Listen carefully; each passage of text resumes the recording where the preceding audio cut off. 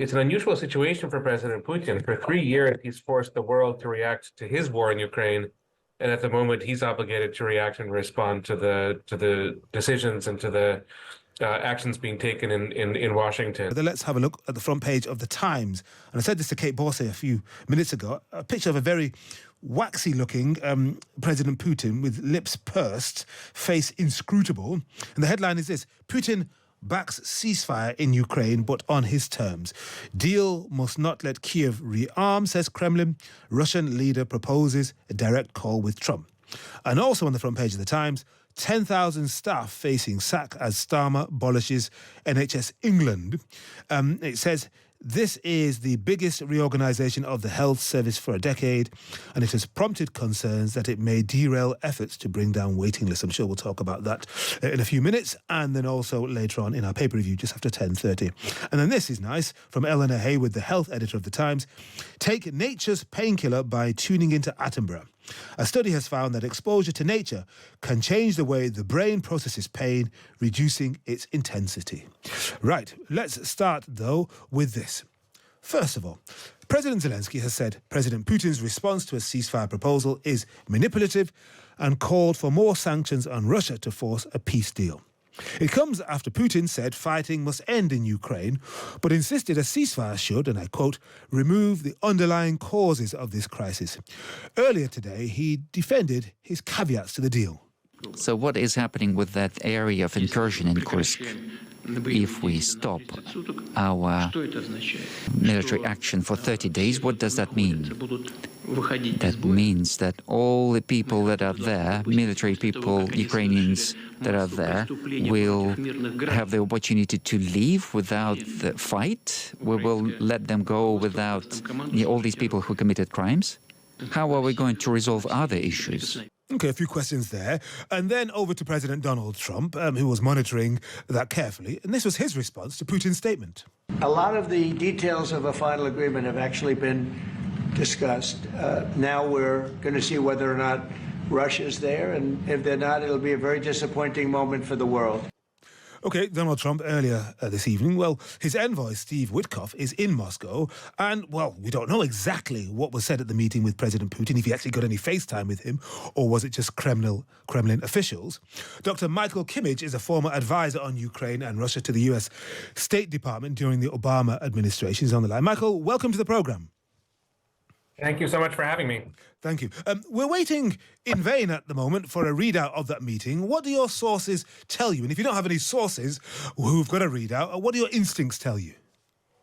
Yes, I wish I had sources in Moscow giving me direct insight, but my instincts are telling me that we're at the beginning of a very long process.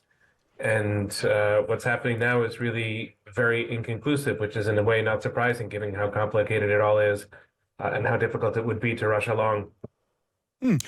You heard the clip of President Trump a moment ago saying a lot of the details of a potential peace deal have already been discussed. What do you read into that? Well, I'm sure a great deal has been discussed. That rings true to me. I mean, there has been a meeting between a Russian and a U.S. delegation in Riyadh, and then we had a meeting very recently between a Ukrainian and a U.S. delegation in Jeddah and Saudi Arabia. So a lot is being discussed. The question is what's being agreed to. And there, I think the agreements are lagging far behind the discussions. Yeah. And you'd imagine that if there hadn't been a reasonable degree of consensus in some of those talks, President Trump wouldn't have marched Steve Witkoff, if not to the top of the hill, all the way over to Moscow. It's possible, but this is a very rapid-fire kind of diplomacy. You can question how effective it is, but it's moving at a fast clip, and I'm not sure there's a great deal of structured agreement that's happening before these meetings. I think the idea is to push through as quickly as possible and to yield some kind of dramatic breakthrough, but we're not there yet. Mm-hmm. And given what President Putin said about the progress he claims Russia is making in the Kursk region, his desire to prevent Ukraine not just rearming, but training more recruits, and then what he called the underlying causes of the conflict, aren't the prospects for Mr. Witkoff pretty bleak tonight? I think that's probably correct, or at the very least, the prospects are difficult in the short to medium term.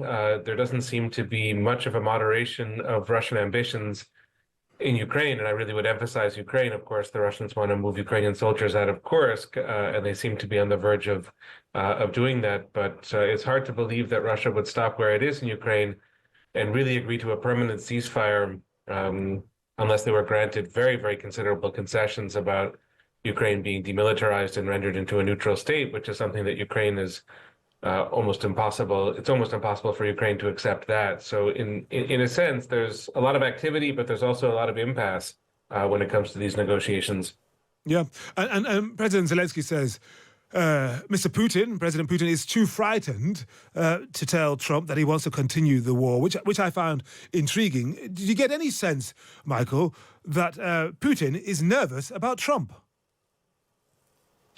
I think there's a lot about President Trump that's difficult for President Putin to deal with. Other countries are experiencing this as well, that there's a high degree of uncertainty coming from Washington. You don't know what the next move is or what the next step is going to be.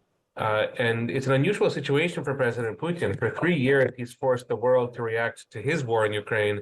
And at the moment, he's obligated to react and respond to the decisions and to the actions being taken in Washington. So I don't know if that really makes Putin nervous, but I think it's unsettling relative to where he's typically been in these situations where he's the one that you're forced to respond to. Mm-hmm. And how strongly do you think Donald Trump, given what he said, will push back against Putin if Putin makes some pretty impossible preconditions? I think it's a very good question. I mean, President Trump tends to speak quite respectfully of President Putin, and that's been true in the first term. It's true in the second term, but it's worth remembering that in the first term, President Trump provided lethal military assistance to Ukraine. He accepted 2 new countries into NATO, and then there was a military engagement in Syria where the U.S. military killed some 300 Russian forces. So it's not as if there's no record of confrontation or tensions between the U.S. and Russia when Trump is president, and we could return to that modality pretty soon. It's certainly possible. What do you think Trump might do then if he decides, okay, actually, the Russians are harder to deal with than the Ukrainians? I'm going to lean in. I'm now going to support the Ukrainians because my reputation depends on it. How much more difficult could he make life for the Russians? I mean, he hinted at this yesterday, but what could he do? Well, he's got lots of options. The ones that he's discussed so far fall into the category of economic statecraft. So they would be raising sanctions, making it more difficult for Russia to sell its gas and oil on the global market, and squeezing Russia economically. But of course, there are military options as well. So he could provide Ukraine, President Trump, with new kinds of weaponry that the Biden administration wouldn't have been willing to provide. And President Trump could authorize strikes on Russia with American weaponry that, again, President Biden didn't allow. So there are many escalatory options that President Trump has in the situation.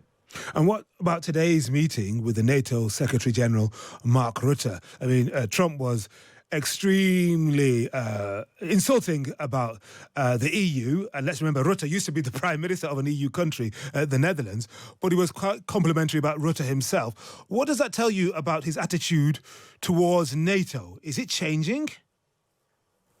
I don't think so. In many ways, the debates of the last 2 weeks have really been debates about U.S. policy toward Ukraine, beginning with the catastrophic meeting between President Zelensky and Trump. There hasn't been that much new or particularly controversial messaging from the Trump administration about NATO. There's an affirmation that Ukraine is not going to join, but that's not really a statement about NATO itself. Well, but he has said, though, Michael, that, I mean, if they don't pay their bills, we're not going to help them. You've got to stand up for yourself. He was saying this about EU countries, but also about NATO countries that don't pay their way, as he says. Why should we step in? That's very true, and that's something that he said in his first term and is saying in a way more expansively in his second term. But I wouldn't take it from that necessarily, that this signals a diminished commitment to NATO from Washington. It's a form of pressuring Europeans to pay more. It's a kind of negotiating tactic. I don't know if it's a definitive statement, or wouldn't be able to say that it's a definitive statement about the integrity of NATO as such. Where do you think all of this leaves European Union countries plus Britain? I think it leaves them not in the absolute worst position. We've seen a flip in the diplomacy where now The U.S. is once again partnering with Ukraine, and as we've just discussed, it's possible that the U.S. will be pressuring Russia to move toward a ceasefire. There has been a lot of back and forth and friction between countries in Europe and the U.S. over the last couple of weeks, but the basic and essential structures are still there, very much including NATO. So it's clear that European countries wish to do more for Ukraine. That's in my view a good thing. And it's also clear that European countries wish to have a greater degree of independence, autonomy from the United States, which could for the U.S. be a problem or could be a good thing. But it's not in and of itself a great catastrophe, what's happening between Europe and the U.S. It could become that, but that's not what it is at the present moment. Okay, Dr. Michael Kimmage, former U.S. State Department advisor on Ukraine and Russia, thank you very much indeed for joining us on Times Radio.